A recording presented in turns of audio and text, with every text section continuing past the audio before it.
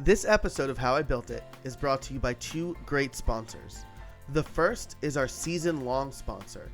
Liquid Web has been best known as a managed hosting company with tons of options. It's also designed a managed WordPress offering that is perfect for mission-critical sites. If you're looking for improved performance, maximized uptimes, and incredible support, Liquid Web is the partner you've been looking for. Every Liquid Web managed WordPress customer has iTheme Sync integrated into their managed portal, allowing them to update several sites with a single touch. Liquid Web hosts all of my critical websites, and I couldn't be happier with them. If you sign up today, using the discount code HowIBuiltIt33, you get 33% off for the next 6 months. Visit buildpodcast.net/liquid to get started. That's buildpodcast.net/liquid. It's also brought to you by Access Aerial. Access Aerial is the leading aerial imaging and drone service provider in the Scranton, Pennsylvania area. They provide stunning aerial photography, video, 3D modeling, facilities management, infrastructure inspection, project progression, and more via unmanned aircraft systems. Access Aerial is Part 107 certified, fully insured, and has FAA authority to legally operate over much of the northeastern Pennsylvania region. Since 2014, they've paved the way for this burgeoning technology in Scranton, Wilkes-Barre, and beyond. Their clients include construction companies, universities, railroad companies, real estate owners, and many more business owners and leaders in northeastern Pennsylvania. Put next-level technology to work for your business. Access Aerial specializes in stunning low-level aerial photography and video, construction services, damage assessment, infrastructure inspection, search and rescue services, and consulting. Visit buildpodcast.net/drones to learn more. That's buildpodcast.net/drones. My guest today is Ben Meredith. He's a man of many hats in the WordPress community, doing work for GiveWP, helping out with friends in need, and creating plugins. And today we're going to talk about his plugin, Better Click to Tweet. It's a side project that he created, but I'll let him tell you more about that. We talk about all sorts of stuff like being self-taught, submitting a plugin to the WordPress repo and the benefits of that, using PayPal and the surprising mindset behind it, creating side projects, and just kind of doing it yourself. It's a really fun conversation. I'm really excited to release it. I hope you enjoy it as much as I did. And without further ado, on with the show.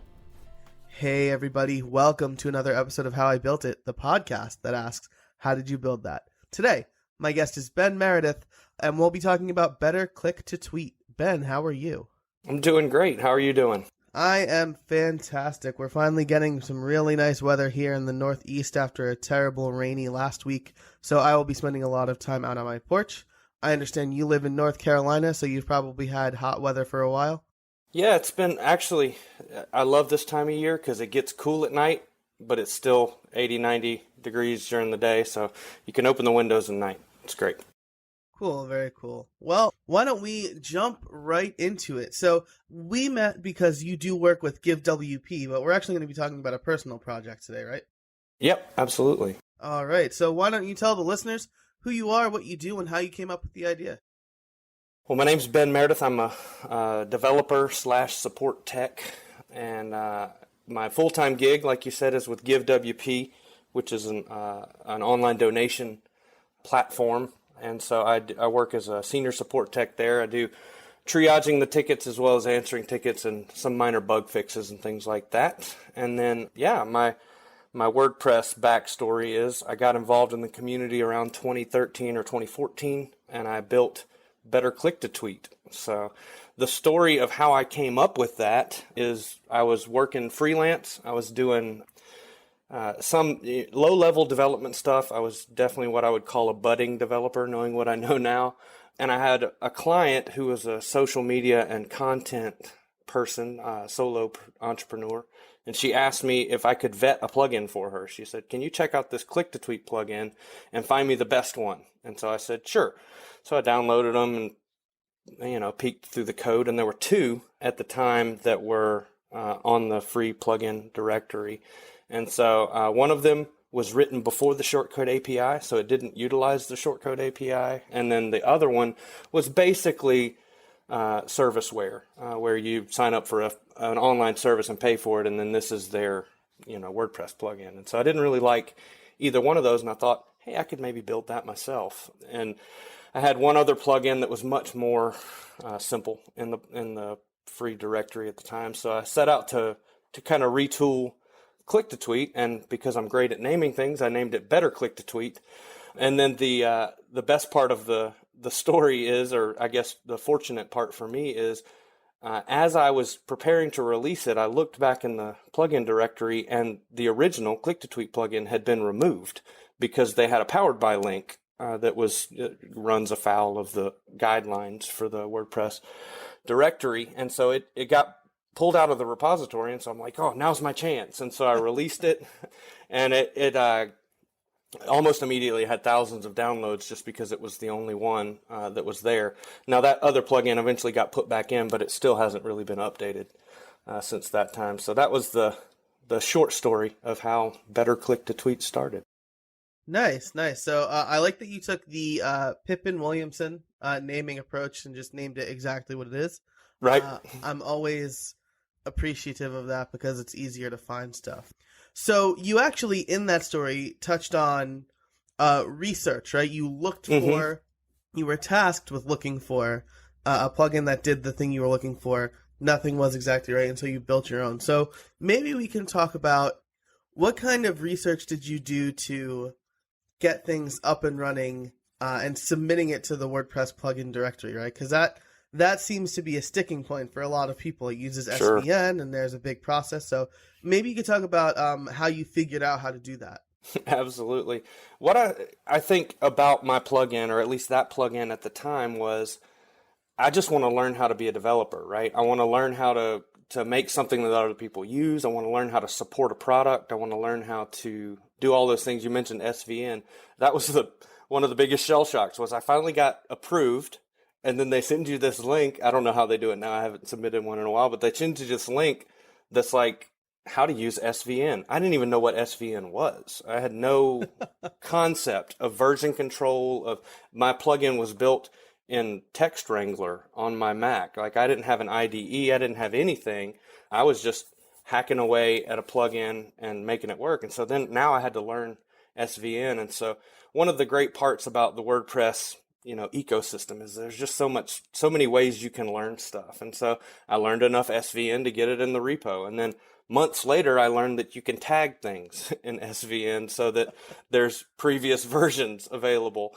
And, over time, it's just been a constant thing. But what I've told people is I've really viewed this plugin and all of my plugins in the free directory as a resume. I see it as a way for me to showcase what I can do.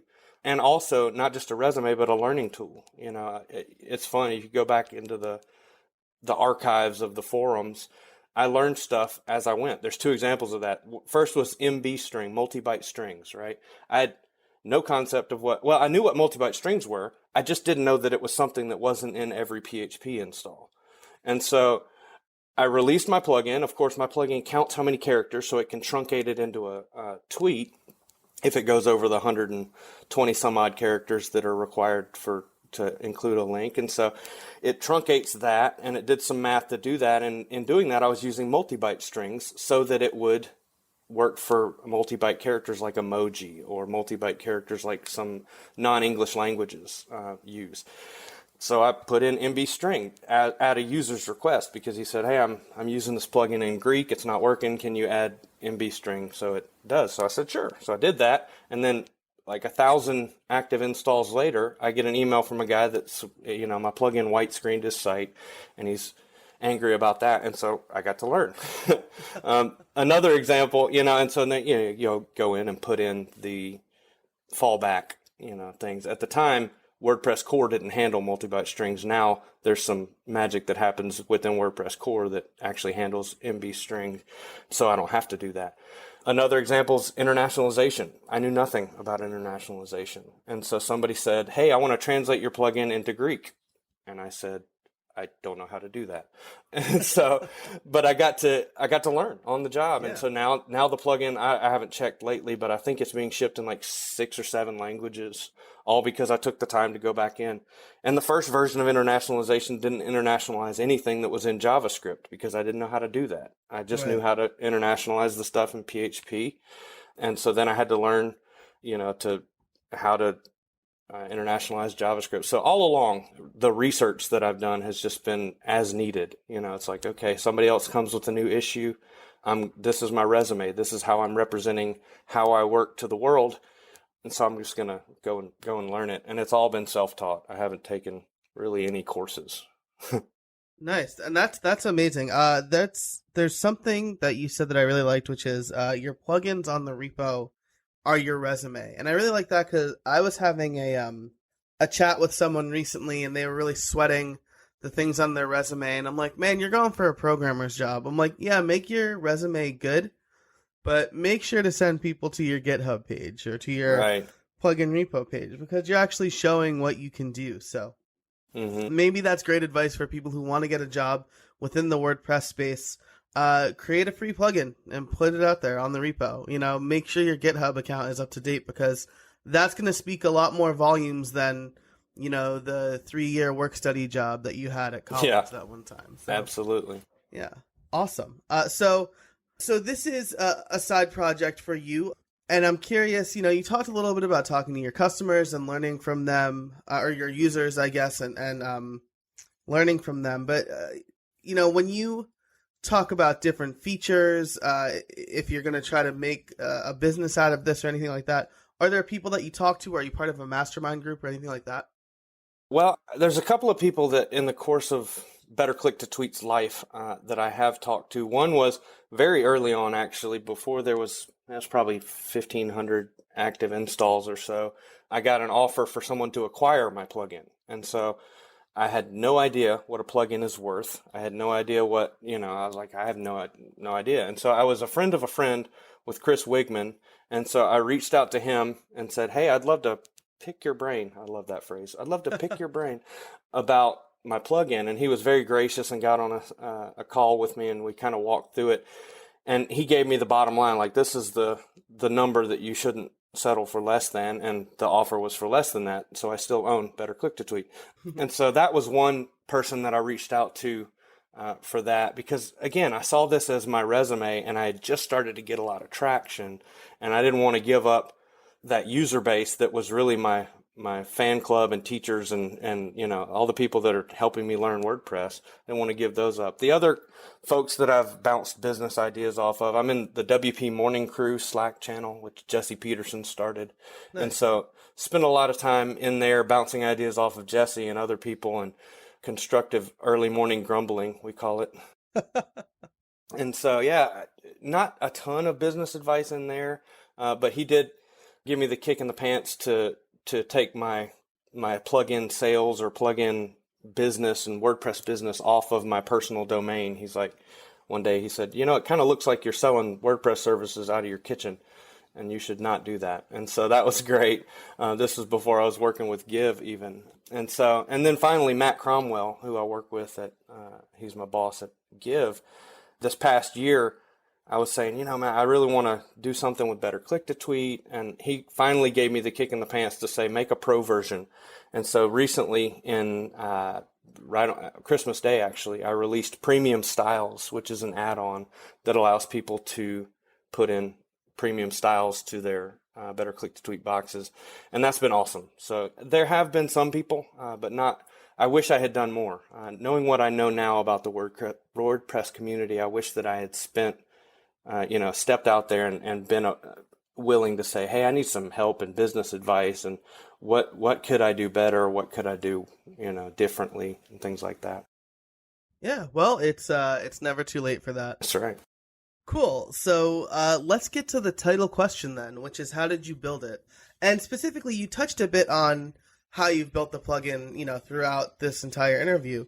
So maybe we can focus in on the pro add-ons that you created. How do you integrate those? How do you verify that they've been paid for and things like that? I think those are questions that a lot of people probably looking to get into the premium plugin space have burning questions about? Absolutely. So first off, I use Easy Digital Downloads for everything in terms of selling the premium add-on. And so that started, I guess, around November of last year, just kind of figuring it out. Again, more learning. Everything is learning.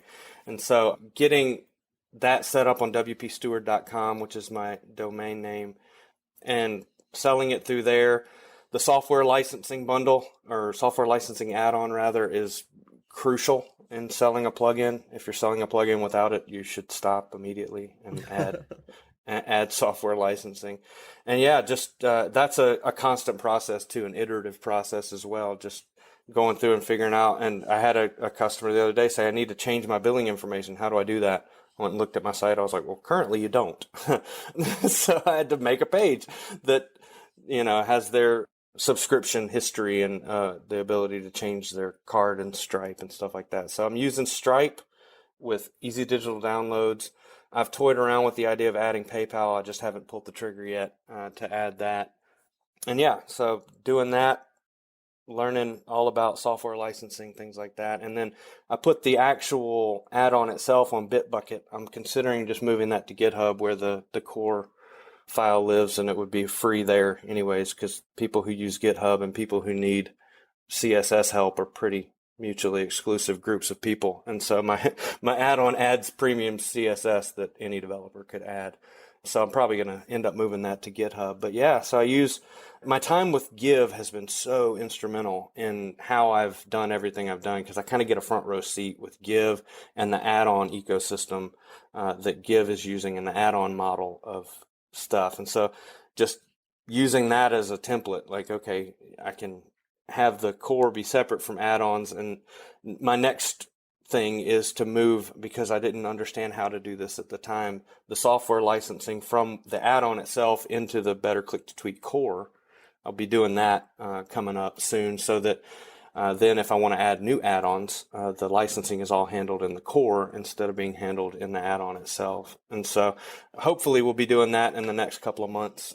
And yeah, so I use PHP Storm now as my IDE. I use Flywheel, Local by Flywheel, for local development, which has been monstrously helpful, both in my day job and in development, to be able to just spin up a new site and test out something and see if it breaks, and without having to trash the whole copy that I'm working on, has been fantastic. So yeah, that's great. Wow. So I want to circle back to something you said about adding PayPal later. I recently, at the time of this recording, saw that Carl from over at Gravity Forms, or Rocket Genius, I guess, Carl Hancock, was asking folks if they had PayPal enabled and then disabled it, and how it affected their sales. So do you think not having PayPal enabled has affected your sales?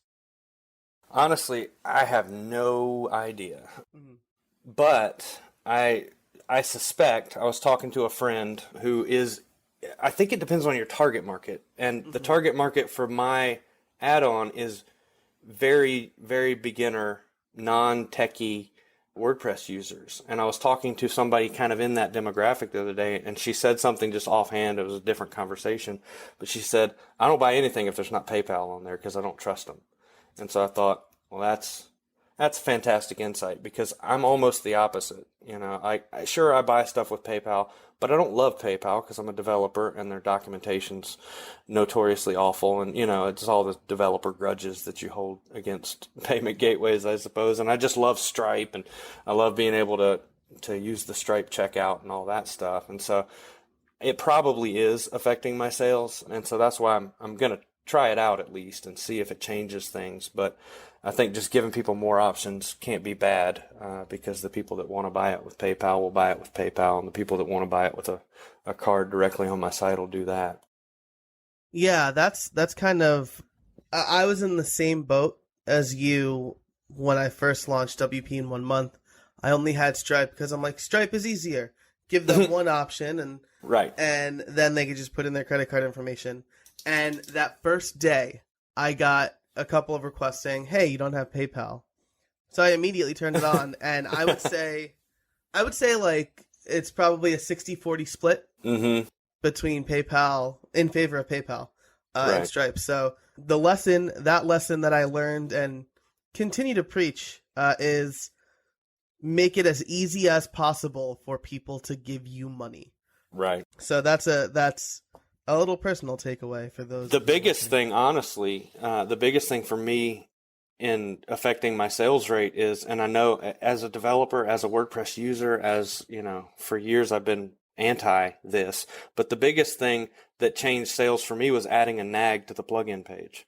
And so when somebody downloads Better Click to Tweet the core, it pops a nag up there that says, hey, have you seen, we just launched Better Click to Tweet Premium Styles. And it went from, I use Yorls as a URL shortener, and so I can track the number of clicks. It went from like 3 clicks a day to like 17, 18 clicks a day to my sales page overnight. And it went from 1 or 2 sales a month to, I think I got like 17 in a week a couple of weeks ago. And so that, bar none, but by a long shot, has increased my sales more than anything else. But I definitely need to spend some time here and put in PayPal to see if that has a similar effect, because I don't mind people sending me money. It's a great email to get.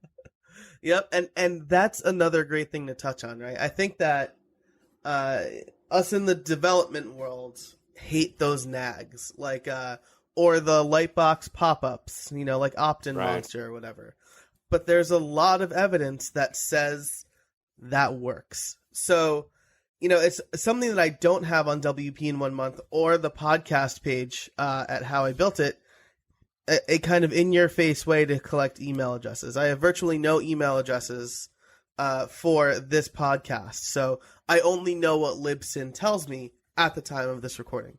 It's a little bit better for WP in 1 month because I encourage people to join the newsletter other ways, but that's another piece of advice. If you want people to do something, ask them to do it, because they're not just going to magically find their way to it or anything like that. You know, same thing with the affiliate program that I have at WP in 1 month. Until I start actively marketing it and doing things to encourage people to join it, people aren't going to join it. So I think this is, at least anecdotally, a little bit of proof that adding that little notification in WordPress saying like, hey, have you seen this, does work, or it works better than doing nothing, at least. Yeah. I mean, before, to be fair, I had done almost nothing. There was a very small link in the back end of the settings page that said, do you want premium styles? Click here. And now it's really in your face. I put it on the front of the repo, the README rather, on the, when people are shopping for it, they can see that there's this new add-on.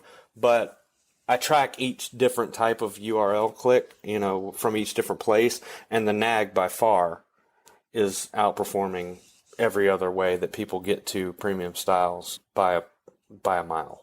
It's not even close. Yeah. Awesome.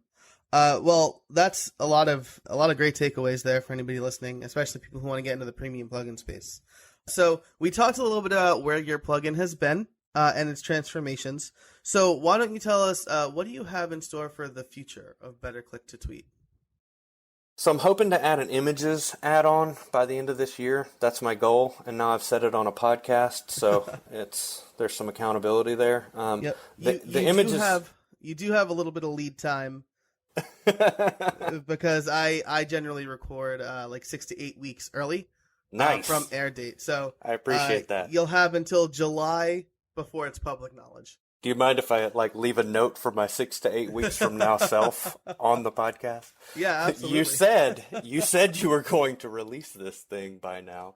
No, so I'm hoping to add the images add-on. That's really tricky because the Twitter web intents, which is what we use to actually build the URL, doesn't allow for images. And so you kind of have to, the best I can understand at this point, I'm still in the early research phase, the best you can do is create a Twitter app, then make that Twitter app tweet the picture, and then your actual web intent is a retweet of that picture by the user. And so that's more learning. I get to learn how to do all of that. I got a very, very basic Twitter app tweeting images now. So next step will be to make that and then roll it in. And also, as I mentioned, once there's 2 add-ons, I've got to fix the first one to take the licensing stuff out of it and into there. But yeah, I'm hoping to release the images add-on at least, and I think that one will be a big seller. I get that request a lot for people to add images, and there are no free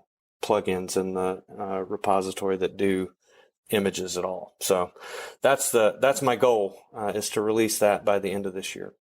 Nice. That's awesome. Well, we'll definitely keep an eye out for that, and good luck with. I love how much you have preached learning, because that's Sean Hesketh was in season 2, and he always says never stop learning.